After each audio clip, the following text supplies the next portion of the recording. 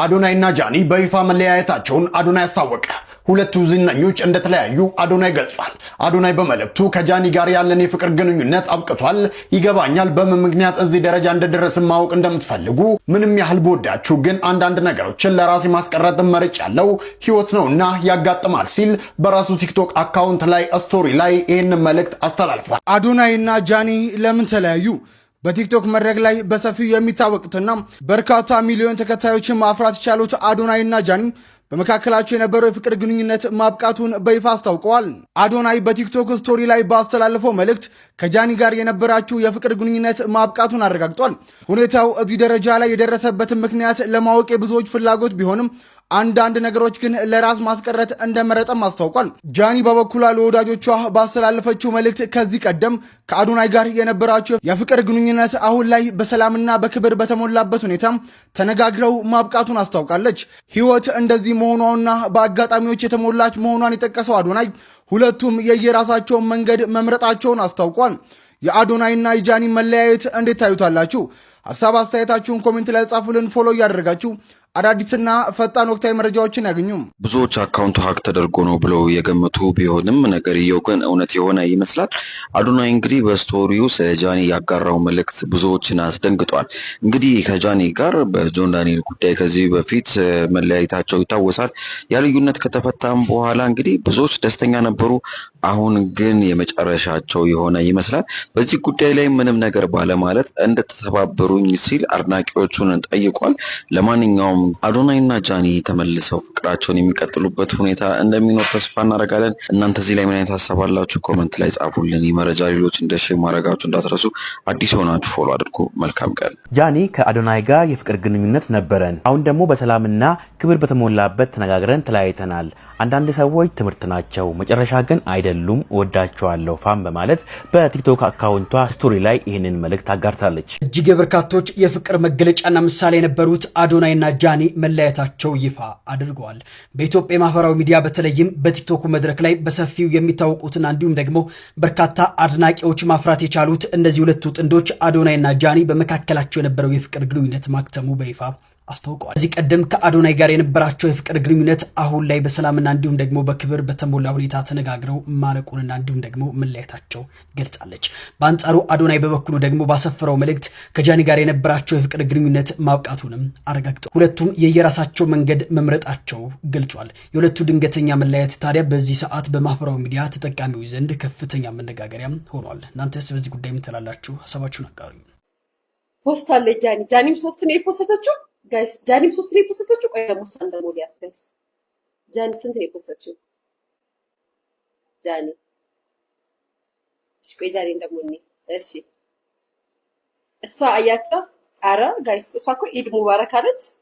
ከዛም በቃ ፋሚሊዎቼ ስለማከብራችሁ ታዲያ ምንድን ነው ያልኳችሁ? እሷ አንድ ነው የፖስተችው።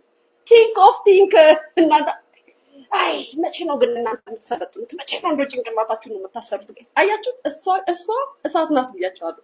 እሷ ናት ለፍራንክ የምትሆኑ እንጂ አንተ አይደለም። አሁን እሷ አንድ ነው የጻፈችው። ምን አለች? ሰላም ፋሚሊ እንዴት ናችሁልኝ? ያው እንደምታውቁት ከአዶናይ ጋር በፍቅር ግንኙነት ነበረ። አሁን በሰላምና ክብር በተሞላበት ተነጋግረን ተለያይተናል። አንዳንድ ሰዎች ትምህርት ናችሁ፣ መጨረሻችን ግን አንዳንዶቹ ትምህርት ናቸው፣ መጨረሻ ግን አይደሉም።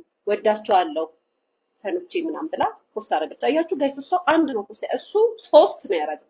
ተለያይተናል ብሎ ለመናገር 3 እንደረደረ።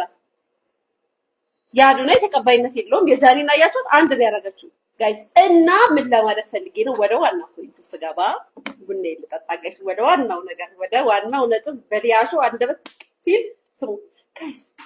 እኛ አሁን በእናንተ መለያየት የምንደሰት ሰዎች አይደለም፣ ፍቅራችሁን ነው የምንፈልገው። ነገር ግን አንዳንድ የኢትዮጵያ ሴሌብሬቲ ወይም ዝነኛ ሰዎች ነን ብላችሁ ወይም ደግሞ ለነገሩ ከእውቀት ጋር የሚመጣ ፍምስና ስላልሆነ በጨጮ ናችሁ።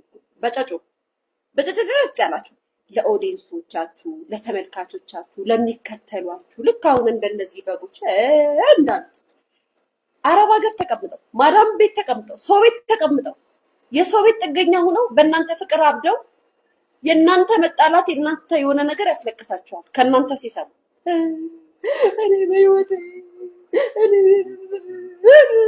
ጋይስ እስኪ ለነሱ እንኳን ሪስፔክት የላችሁ፣ ለነሱ ሪስፔክት የላችሁ።